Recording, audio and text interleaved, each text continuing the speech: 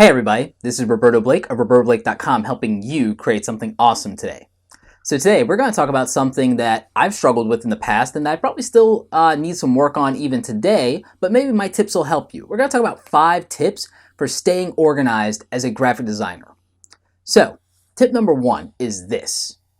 Try and keep your desktop as clean as possible. This is going to make things easier on you and it's going to be less frustrating. You might notice that my desktop is fairly clean most of the time.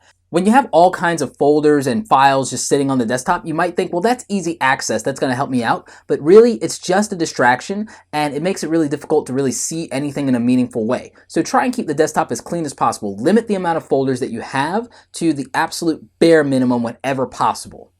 Tip number 2. Use naming conventions. When you're going to label your files, make sure you're labeling them in a way that makes sense so that you can search for them and find them at a glance and very easily. Figure out what makes sense for you. Maybe it might be the client name, and then the project, and then the month and the year that the project was commissioned. Maybe that's the answer. Figure out a naming structure and naming convention that works for you, for your files, and make sure you're organizing them in appropriate folders. Tip number 3. Label everything. When you're organizing your files and your folders, make sure that you're labeling them and you have a structure that makes sense. I would say have a folder that's specifically called client work or client project or clients, and then have the name of the client or the name of the business, have all of those as their own individual folders. Then you can get granular from there as much as you want. You could do it by year after that, and then everything is the individual project, or you could do it by project names that are specific to that client, and you can go from there. Just make sure that you have a structure that makes sense and that you're labeling everything and keeping it as organized and as tight as you possibly can. Number 4, be consistent. If you have a structure for how you organize your folders, if you have naming conventions for your files, be consistent. Try not to change them, and if you do, change them across the board.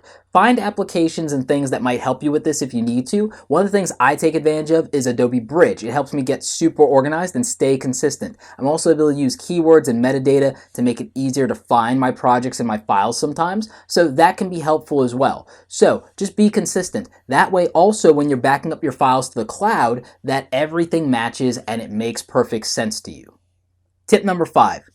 Audit yourself, delete things you don't need, and do this at least once a month. Once a month, do your housekeeping. Keep everything clean. If you find that you don't need certain things around or active, go ahead and find somewhere else to put them. Look, if you have client projects that are 3 months old, you can archive them. You can move them from like an active clients folder to an archive folder. You can go ahead and burn a DVD and back that up, upload that stuff to a cloud one more time, and just get it out of the way so that you can focus on the projects that you need to pay the most attention to.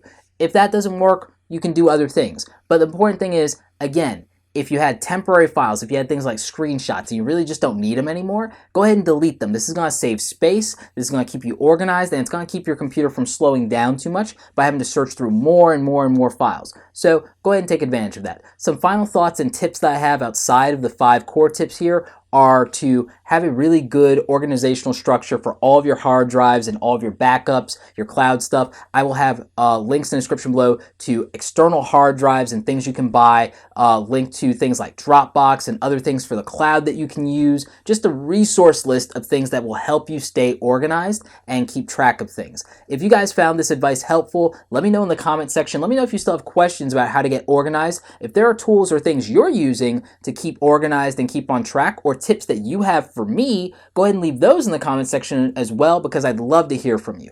Anyway, like this video if you like it. Don't forget to subscribe. Check out the other awesome content on the channel. As always, you guys, thanks so much for watching, and don't forget, create something awesome today. And keep it organized, huh?